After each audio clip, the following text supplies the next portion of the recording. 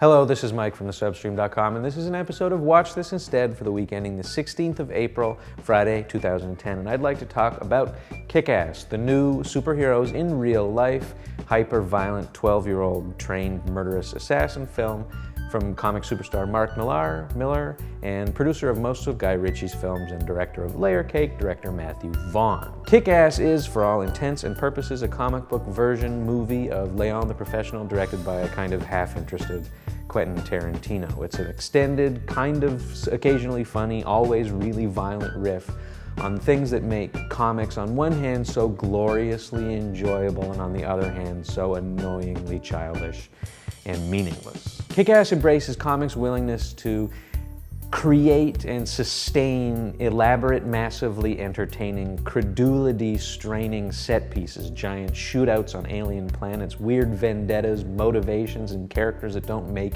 any sense, all in the name of being entertaining. Superhero comics are basically extended soap operas. X-Men is basically Guiding Light if all of the handsome people on Guiding Light got vacuumed up by the Beyonder to Battleworld, where they were forced to fight to the death for his intergalactic pleasure. Kick-Ass is one of the first films to do what comics do well, which is transmute completely stupid, utterly simplistic concepts into massively pleasing, incredibly violent displays of fiery one-upsmanship. There's great, goofy comic book visuals and moments in the film that even other really good comic book films like The Dark Knight can't quite get to, because Hollywood adaptations of comic book movies always kind of seriousify them for the kind of middle America audience, and Kick-Ass isn't doing that. Hit Girl, the 11-year-old psychotic, murderous daughter of Nick Cage's Big Daddy character, is one of the truest cinematic versions of an actual comic book character, and the normal veneer that Hollywood would put over a character like that, changing her from 11 years old to 16 years old, making her not quite as violent, making her not quite as foul-mouthed,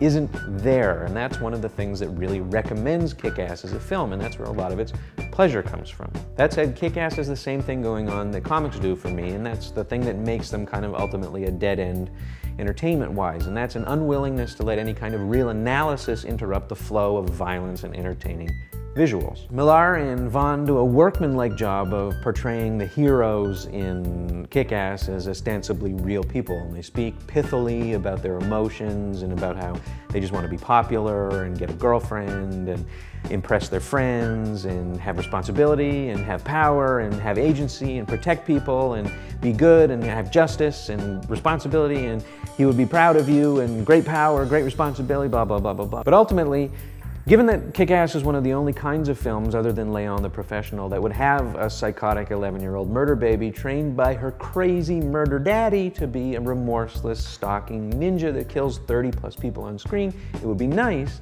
given that we're exploring the far realms of narrative possibility here, if the film explored the emotional ramifications of the situation on the people involved in it, which it doesn't really.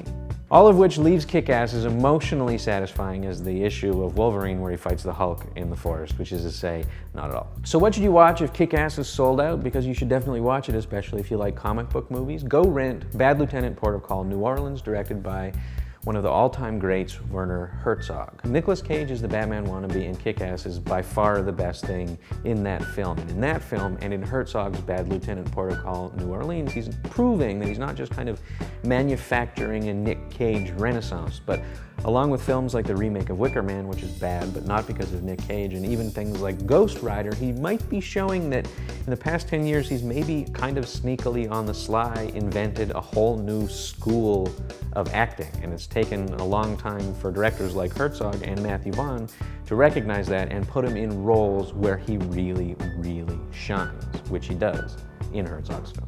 Otherwise, rent Clint Eastwood's genre deconstruction masterpiece, the Western Unforgiven. It's a serious version of a film like Kick-Ass. It's a response to and a comment on the years of genre cinema that have preceded it. And like Kick-Ass, it's a meditation on violence and having to be brutal and violent in the defense of something, in the name of something, and what that theoretically means to the person who's forced to be brutal. But unlike Kick-Ass, it's got the emotional maturity to actually kind of unpack what that means and deal with it in an emotional way rather than just in a really cool music while there's balletic violence going on kind of way. And that makes it really absolutely worth watching and one of the best films of the past 50 years. So you should watch that instead.